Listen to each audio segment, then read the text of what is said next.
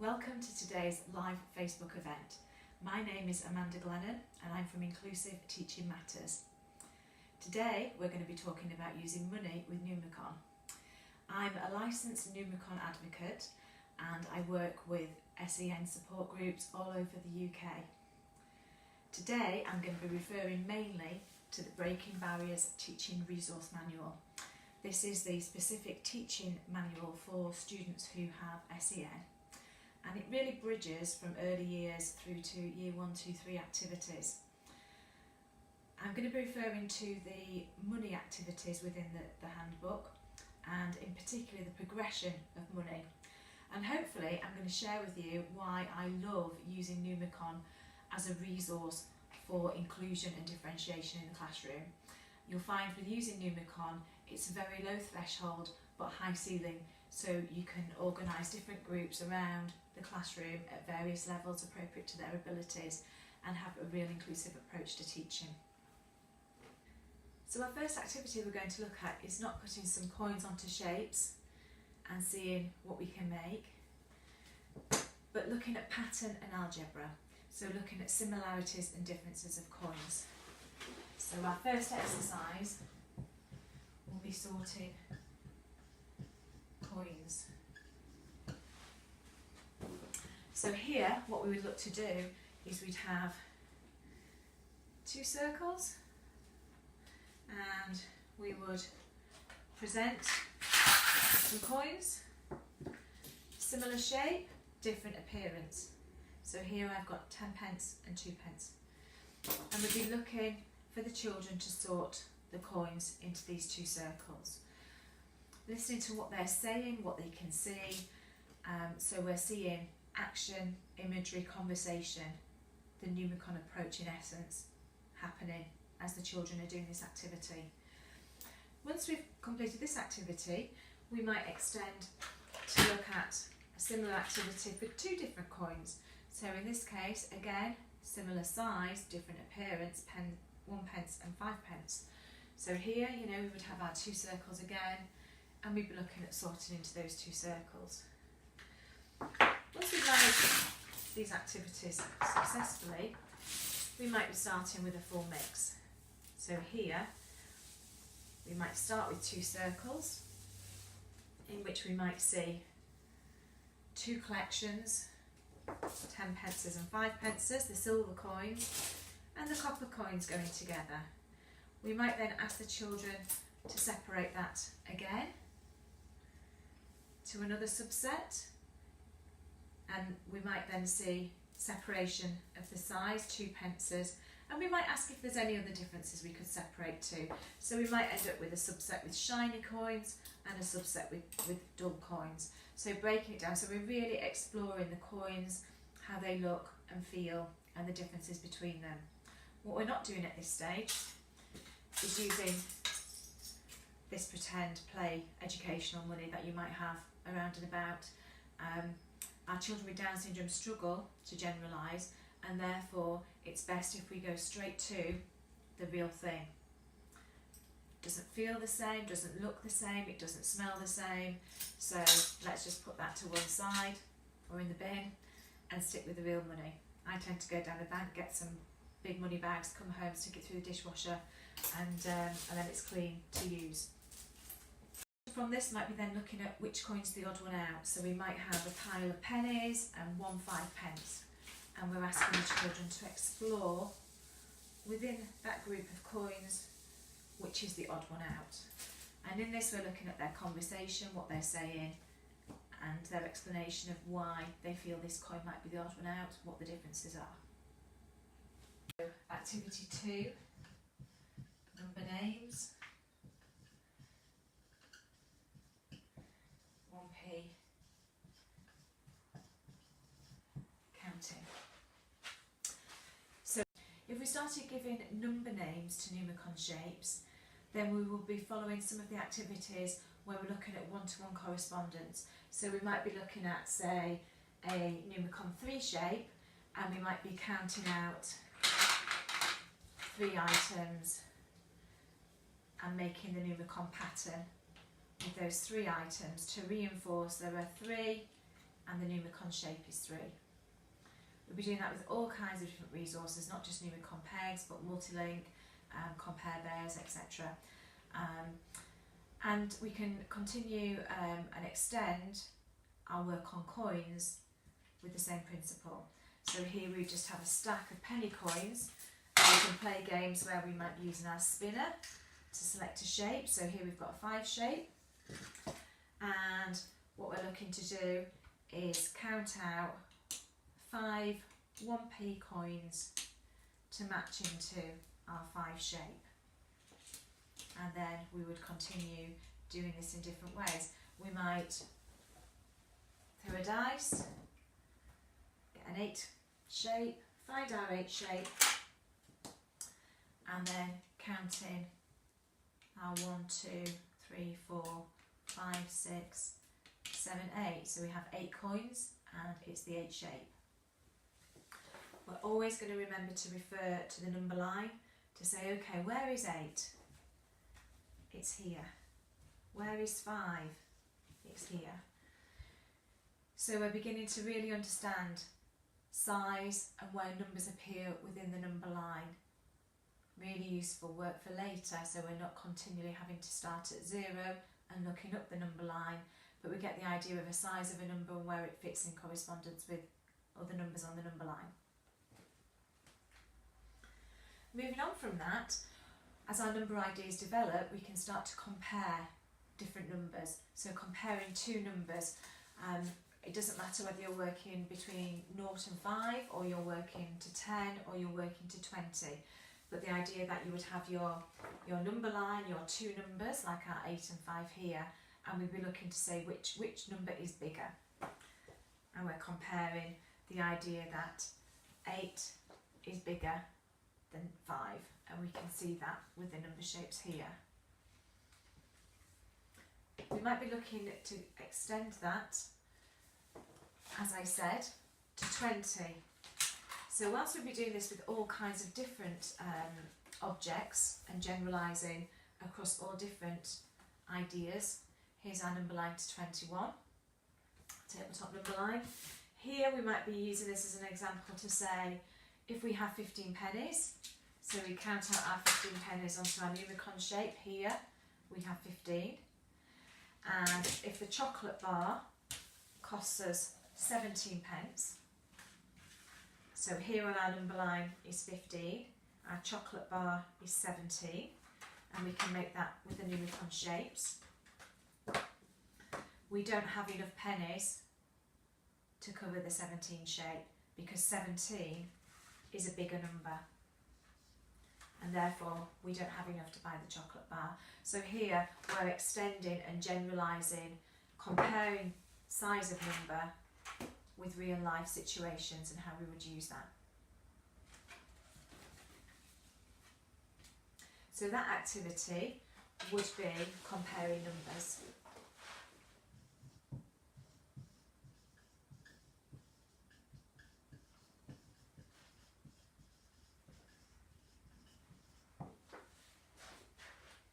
So as we move on to step 4 of the progression of teaching money with Numicon, we can move into calculating. So here we're looking at coin equivalents.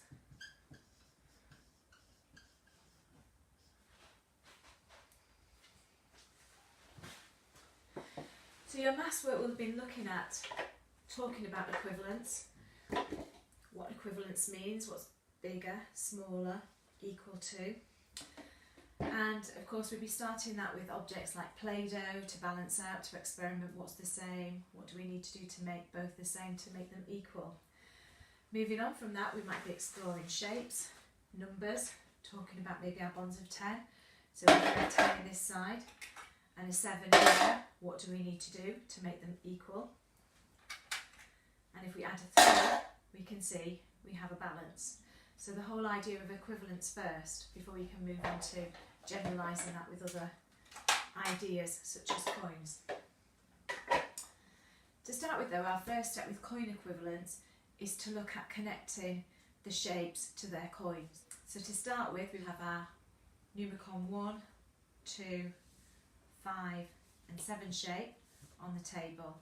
And we'd also have our number cards and be asking students to match the number names to the shapes. So we'd have 1, 2, no 3, 4, 5, no 6, 7, 8, 9, 10. So we don't have a coin equivalent or a coin. We don't have a coin that represents those numbers. We then ask our students to map the coins to the correct shapes. So looking at the coin, looking for the value, this says 1 and it matches to the 1p. This one says 2, so we can match it to the 2p. And so on. And at this stage we'll be looking to attach the coins to the shapes. The next stage from that then is talking about the notation. So we'll be having discussions around what we mean when we say 1 pence and writing out the word pence. We might be talking about p and talking about the idea that when we say 1p, it's just the abbreviation of the pence word. So this is 1 pence, but it's abbreviation, which is 1p. And we'd be starting to write coin notation. So we'd be looking at pulling a 5 from a bag or a card and recording. That's also following other good practice learning strategies for students with Down syndrome. We can also follow a match select name. So here we might be matching our 1p to our 1 shape. We might be matching our 2p to our 2 shape. And then we might be talking about selecting, so which one is 2p. So then we're moving to the stage where we can ultimately just name that's 2p and its value is 2. Once we can successfully name coins and understand the Numicon shape and numeral that they're attached to, then we can move on to equivalence, so exchanging. So here we would start with an idea like I have 5 and you have a pile of 1 pences. So how many pences do you need to give me in exchange for my 5? To start with, we might have a 5 base that we can count our pennies into, as we did in our earlier exercise, to say we have 5, 5, and we can exchange. The next stage might be just to count those into the Numicon shape pattern to see there's 5 and we can exchange. And we'd repeat this with different numbers within the range the child's working at, so different combinations, maybe to the equivalence of 9 or 10 pence, depending on where they're at. Moving on from that, we can start to look at combinations of numbers. So here we might have a purse and we might have 2 coins in our purse. So here I might have my 2 pence coin and my 5 pence coin, and we'll be looking to say how much is in my purse. So all different strategies to look at this, but we can be looking at, we have our 5 and our 2 and we're combining them together. So initially we might be saying, okay, so that is our 2 and 5 coins, and if we put them together, how many coins do we have? And we'll be looking to have that notation, 7 pence. Or we might be using our shapes with coins attached that we previously matched to. So our 5 pence and our 2 pence, combine them together and we can see there's 7 pence. If I look at my colleague's purse, they might have a 1p and a 2p in their purse.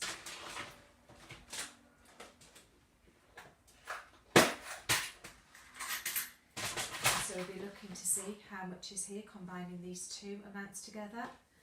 And again there we would have our 1p and our 2p amount to see there's 3. Not forgetting that we're always going to be going back to this number line to see in this purse we have 7 pence, and in this purse we have 3 pence. Who has the most? Which is the biggest? Going back to comparing those values again, which is the biggest number?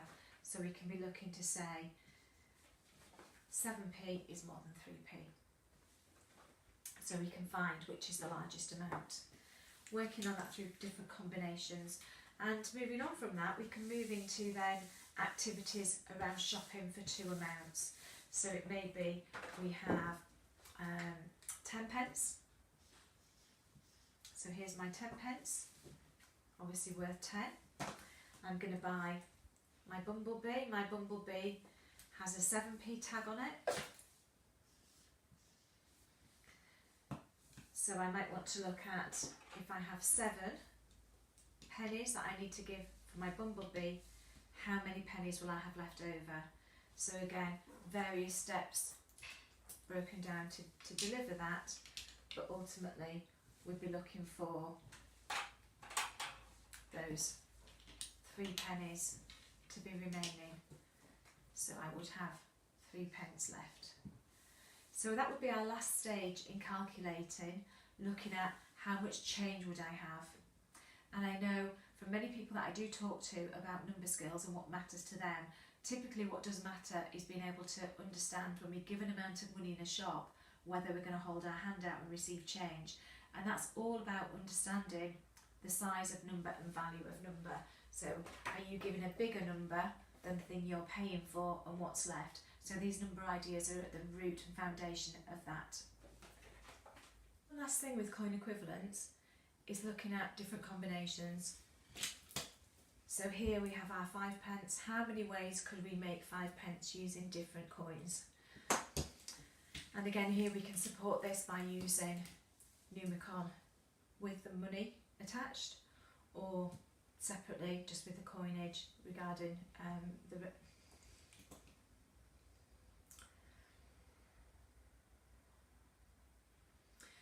one last thing with calculating is exploring different ways in which we can make an amount. So here we have 5p. How many different ways can we make 5p?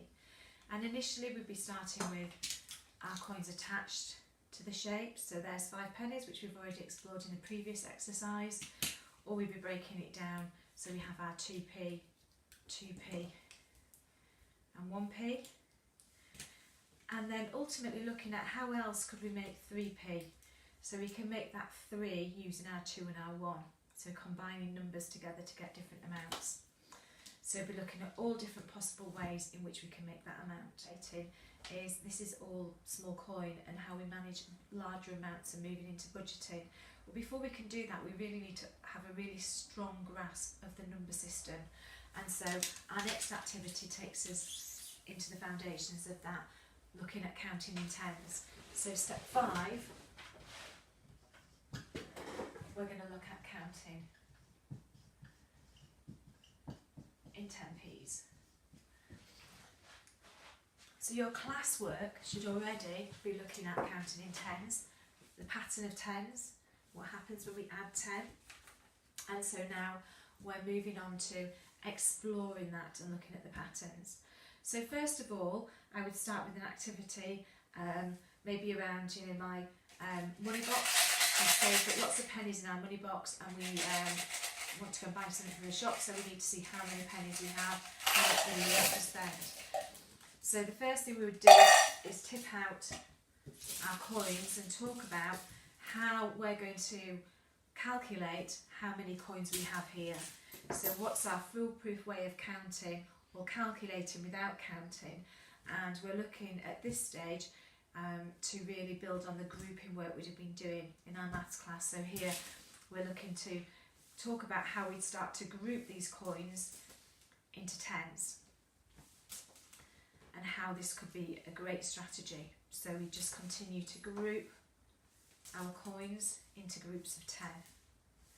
So initially grouping in 10 pences, we might need the Numicon shapes to build on to give us that support, but we may have moved on from that and we may be able to just group objects into tens and see that number shape without the Numicon shape reinforcing. I'm going to stop there. So we can see here I've got 36 pence, so I would write down my 2-digit number, 3 and 6. It may be at this stage, I might be using my place value to say I have my 10s and my 1s, so I have 3 10s and 6 1s, and this is in pence, so I have 36 pence. And we'd be looking to maybe reinforce that with the shape, and the fact that we can then look to transfer these 10 pennies to the 1 10p coin. So we'd be looking at this scenario here where we're able to match 3 10s and 6 pennies. Of course, what's really important again is that we're looking on our Numicon number line to see the size of the number and where that fits in relation to other numbers that we're coming up with. So from counting in tens, we're moving on to our next progression activity, which those of you who've done any training with me before will recognise, because this is one of my favourite activities, looking at the structure of 2-digit numbers. So activity 6, we're looking at 2-digit numbers, 31p.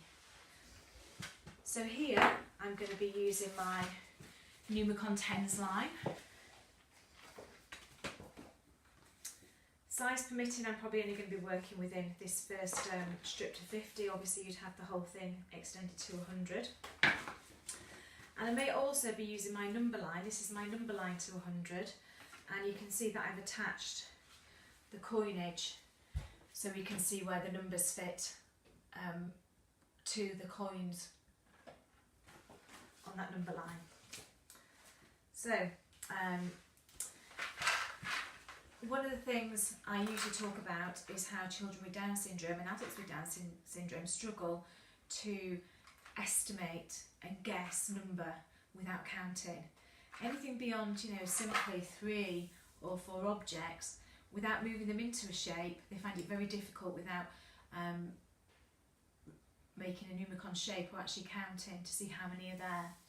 So we talk about practice of this, and what I usually work with is 2 boxes with secret objects inside. You have to guess what might be inside, and then we can take a peek.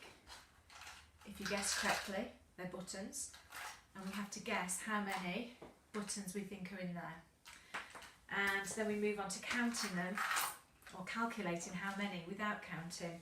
And a strategy for doing this is to move the buttons onto our tens line here, thereby making the Numicon shape without counting and seeing how many. If I need to reinforce this, I can put my 10, that's up to 10, and then my shape over the top. And I can see here the number I have is 13 buttons.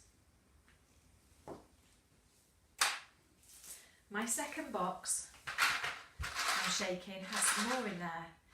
So again, I'm guesstimating, well, is there more, is there less? What's the difference? Can I guess? I know it can't be lower than 13, so it has to be a number bigger. So exploring these facts. So what I've been looking at here is the same activity with our pennies. And what I'm looking to count out is, first of all, that 13 number. And then secondly, I'm going to jump along to 31.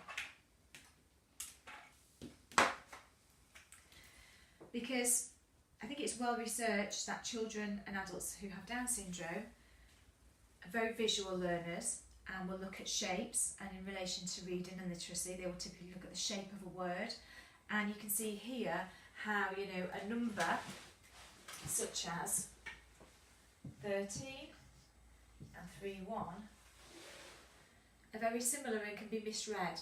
So absolutely looking at and understanding that structure of tens and ones and seeing which is bigger, which is smaller, is something we need to practice lots and really reinforce in learning.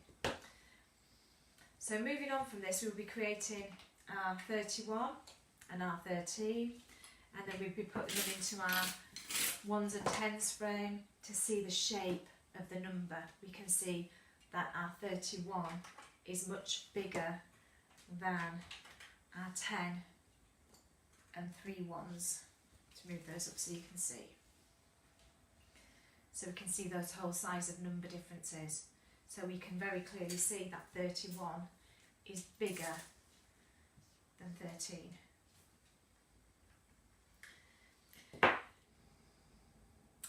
Okay, so activity 7 is going back to number 3 and comparing numbers to 100 or 100 pence.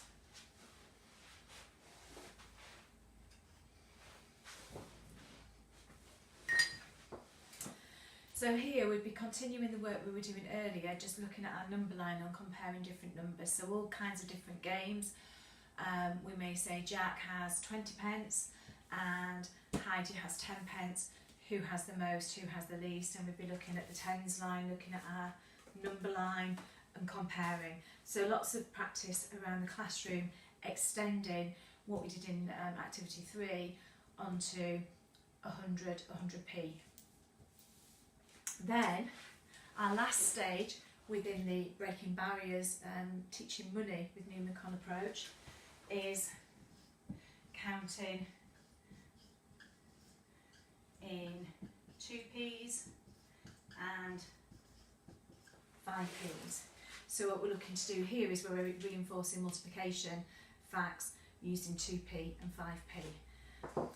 I'm going to jump straight to 5p here to demonstrate. This is my fives box, so I purchased a lot of extra fives which you can do from Oxford University Press, specifically for telling the time, which we'll come on to. But here what we'll be looking to do is we're looking at those number facts of 5. So we'd have our number line and we would be adding 5 pence. So here we have 5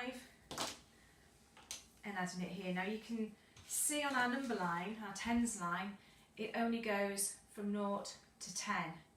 And so what I want to do at this stage is I want to record that we have 5p. So 5, so I'm actually going to write the 5 on. Then we add our next stage, so we might be talking about 5p. Our next stage is to add another 5 with our 5 pence, and we can see that takes us to 10. We add 3 fives with 3 5 pences, that takes us to 15, and again there is no notation of 15 between. So we continue in 5s up to 60. And as I mentioned, this links really well to time concept, the idea that when we're starting to talk about counting in minutes and we have our clock face, we can see that here we have one lot of 5 minutes. And then when we get to 10 past and our hands on the 2, we have 2 lots of 5 minutes. And then when we get to 3, we have 3 lots of 5 minutes. So really useful visual representation of understanding minutes around the clock face. So in terms of the progression for money through the Breaking Barriers resource, that's everything. I do often find that I need to break things down into smaller steps. So one of the ideas is thinking about moving on to hundreds and decimal. So here I have my base board, and the base board's really helpful in Numicon because it represents 100, and so here this could be 100 pennies or a pound. So you have an equivalence of £1 to 100 pennies if you attach those coinage to these base boards. Something else we can look to do is using our shapes for counting in tens. So we talked about counting in tens to 100. So here we can have 10, 20, 30, and we can see where 100's full, and we've got 10 lots of 10 in 100. Really helpful for when we're looking at our place value and we're understanding that 10 tens, 10 pences are 100. So we have our hundreds and our tens and our ones. So our notation that we would have 100 pennies there. We can use this for possible combinations. How many different ways can we make 100 pennies? Using 20s, 10s, and even using 50s. So this is a really helpful technique to be able to do that. Again, I've got photocopies of the Numicon shapes, but I've actually attached real money, so we've got the real monetary values there, because that's the concept we're working with, understanding the money equivalents of £1. And moving on from that, our 100 pennies moving into our pound notation, we can talk about how 100 pennies we refer to as £1. So when we have a pound notation, we have our decimal point here. So lots of ideas there moving on. I hope you've had a really informative time this evening. And if you have any questions, please add them to the comments below. I will add some links for some sites, but feel free to reach out to me with anything. My final closing tip here is there's no magic in the plastic or with the coins. It's what you do with them that counts. Thank you.